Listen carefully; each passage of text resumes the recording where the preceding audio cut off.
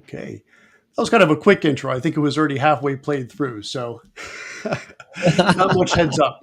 Welcome, everyone, to this week's goRIA live stream. I'm Chuck Vela. And with me today, I have Rich Walker, who is the founder and CEO of Quik. And we're going to talk to Rich in just a moment. And as usual, for these weekly live streams, I always like to take a few minutes and talk about what is new on www.goria.com. And today, as you might imagine, since we have Rich with us, the podcast that Rich and I recorded about a week or two ago dropped today, and you can listen to the whole thing. But we're going to give you a little teaser today about what we had talked about.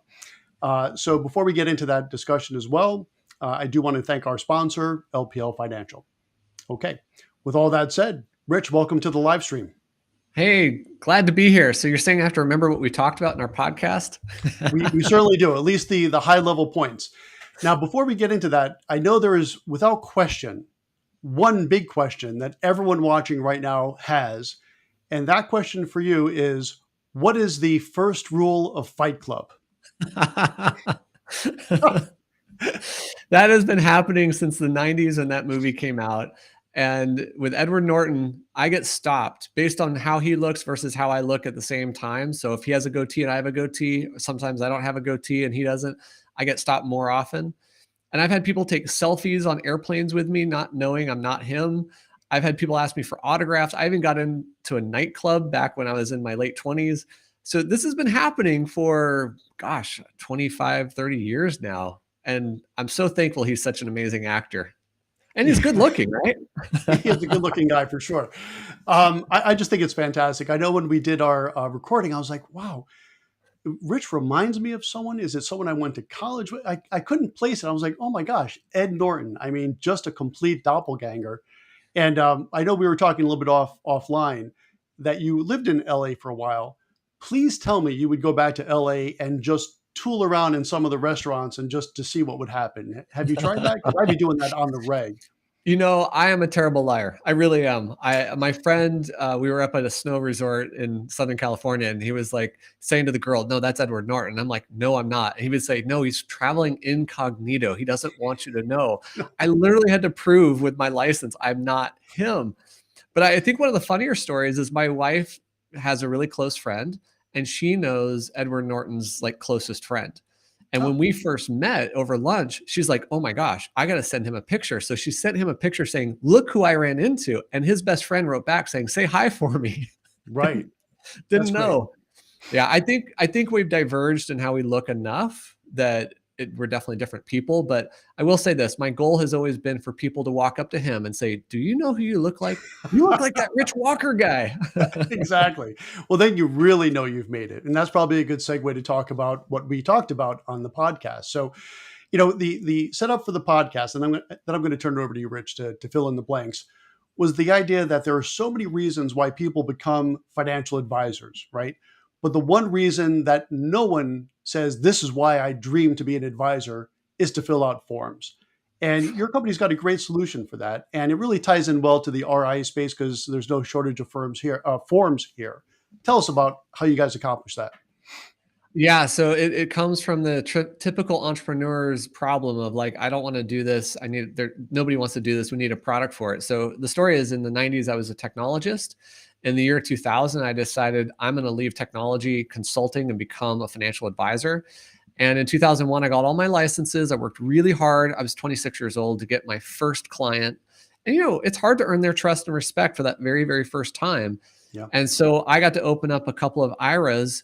And suddenly I realized, oh my gosh, I'm getting paid to fill out forms. I'll make $4 an hour if you start netting out my time with this. This is stupid. Mm-hmm. When I charge $200 an hour as a tech consultant.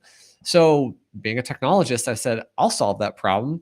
And the truth is, Chuck, in my career as a financial advisor, I only hand wrote 2 sets of forms because after that, I built software that would fill it out. And for 6 months, people kept saying, "Rich, how'd you do this?" I mean, imagine 2001, what was the tech like back then? So to see perfectly printed forms coming through, people are like, how? I want that. And the funny part is I built it in Microsoft Excel. It was a hack. Like I didn't want to sell a hack. I didn't want to give them a spreadsheet that was so tied in with my systems. So I kept saying, no, I'm not going to build software and give it to you. But after 6 months, In fact, one of my old consulting clients was a top 75 producer for American funds. And she found out from my tech partner that I had built that. She called me. She said, "Give it to me. I will pay for it. I don't care." And I said, "Wow, if she wants it, I got to build it." So we built it. We did our first install in February 11th of 2002 and started running. And honestly, it was a stupid business. Like it was impossible to build it. You had to build the forms before you could get the clients, and then you had to build the CRM connections before they would use it. And so it was this constant chicken and egg or horse and cart type of problem of we got to get the forms people need so that they can do the work. So yeah, I don't think anybody starts in this business because they think they want to do the administrative work or the inefficient steps in the business. And honestly, I don't think anybody wants to hire somebody specifically to do that job either.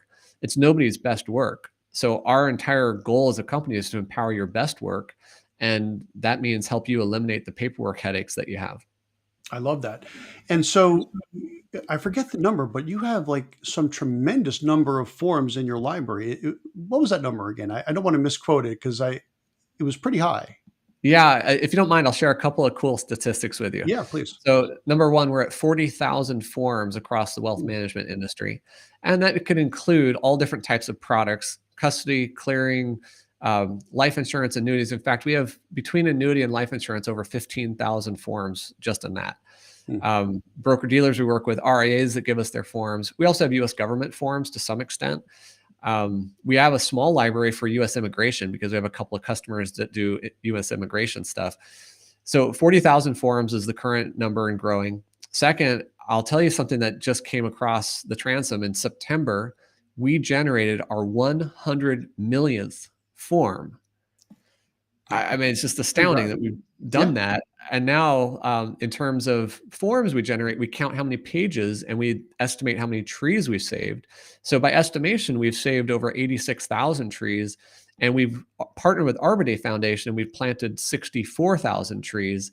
And we're going to keep adding every year. We whatever we generate and estimate, we go plant that year. that's great. Doubling down on the trees. I love that. And Yeah. I wonder too, it probably would not be very hard to put a dollar figure on that, right? So what would be the dollar figure for minimum wage to fill out those forms versus, what it costs through the system? I mean, 100 million forms, that's got to be a ton of money to have processed that in the old fashioned way. Yeah. It is. We did a time motion study a long time ago. We watched how long it took to go to the filing cabinet or go to a website and get the forms and fill them out, et cetera. We figured out that the average advisor, and that's just them doing all their business with forms, would save around $15,000 a year at $20 an hour. And obviously, the financial advisor is worth more than that, but 10, 15 years ago, that was the going rate for Sure. maybe an assistant or something. Um, we then started calculating we're saving billions of dollars in terms of saving time for people. But the funny thing is nobody believed it.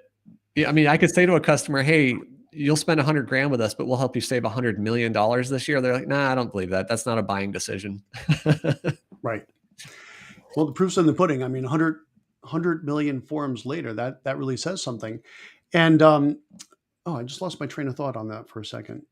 Oh, right. So what I was going to get at, this is goRIA, right? www.goria.com. So we tend to look at things through the RIA lens, but this is not to say that this is an RIA specific utility, right? I mean, it could be used at a broker dealer. Clearly, it has a big use case at an RIA. To your point, it was used in immigration as well. But what I do like to do is really highlight the idea. And one of the many things I do love about the RIA space, I dropped my 7 in 24 about 5 years ago to go RIA, is the following. You come across, as I like to call it, a really neat idea, right? Mhm. Like your solution, Quik forms, really neat idea, right? If I can save time, save money, I'm going to want to do that. You can go as an independent RIA from hearing about a neat idea to implementing that idea in no time flat. And that's one of the things I like to really focus on when we talk about these types of solutions, which are not necessarily RIA exclusive, right? Mhm. But it is always a lot easier. And that's one of the reasons why I do love the RIA space so much, is you have the absolute freedom to not only put together investments and portfolios that you feel are best, not proprietary, not biased by what the branch manager wants you to push or so on and so forth, but also the technologies. And there's so many technologies coming out there. It seems almost every week I'm reading about a new technology that you could take advantage of, that could be taken advantage of certainly at a broker dealer. But first you have to find it, then you have to bring it to your branch manager, and then your branch manager perhaps needs to bring it to a complex supervisor, and who knows what by the time that gets done. So the beauty again here, and really the salient point from the RIA perspective, is you can go from, wow, that's a neat idea, to implementation in lightning speed.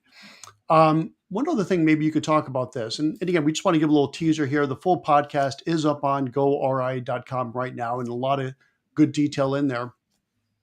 But maybe speak to how you have seen advisors use this to make their transition, perhaps from a wirehouse to an RIA, whether they started their own or tucked in. Does your tool kind of help with that mountain of forms that's required when you're transitioning an entire book? So it can. And I want to point out something that you were talking about before I fully answer this question, which is when you go to the RIA space, you've greatly simplified the challenges that you face, especially from a forms perspective. So I was with a broker dealer, and although I worked under their RIA, I had choice of life insurance products and mutual fund products, and I didn't do it all through brokerage. I'd go direct to these companies, but you go to a custodian, you do it all in one place. And if you're single custodian, you get the benefit of a massive amount of infrastructure they've built and investment in technology they've built, as well as integrations that are pre-built and ready to go. So you greatly simplify your life by doing the RIA route. So I would say you look at it from a couple perspectives. Does the custodian help you transition over? Do they help you move the assets, generate the paperwork, et cetera? And if they can or can't, do we augment that? Does Quik help in that manner? And certainly we do, because we have a huge library of forms. I mean, we have every custodian's forms, as well as the direct company forms to facilitate that. And a big part of our forms library is the private forms. And this is one of the challenges that all the custodians have. Schwab will say, here's our forms, but what about your firm? What about your brand? And how do you get those forms completed? They don't necessarily want to handle that type of problem, but we can. And we can bundle that again with the Schwab documents if that's easier for you. So yeah, I would argue that there's a number of ways in which it can be done. There are people out there who help facilitate it. Sometimes you own the asset, so it's easier to move. But like the breakaways, the guys coming out of wirehouses where they pretty much have nothing but the relationship, they're starting from scratch. So you have to ask yourself, how much brute force do you want to put into it? How much manual effort do you want to put into it? What tools can you get that will help you facilitate that process? I would never say that Quik is perfect at this, but we have a long history of helping with transitions. In fact, it's one of the things that launched our company. We went to a broker dealer and said, let us give our product to your advisors. And they were interested, but not interested.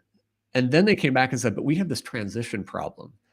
Oh, if we could help you automate that, then you're interested in the whole thing. So I do think transitions is actually a big driver in the whole industry, not just RIAs, but the whole industry, in terms of how do you get what you want out of life as an advisor, and where do you get it from?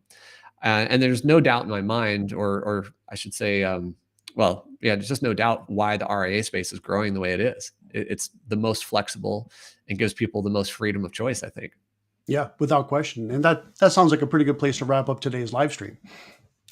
So Well, I for appreciate those of being you, on here. This is fun. yeah, no, I appreciate it. So for those of you watching, again, if you go to www.goRIA.com, you will see the full live stream that Rich and I did just a couple of weeks ago. And he goes into a lot more detail, and it really is interesting stuff.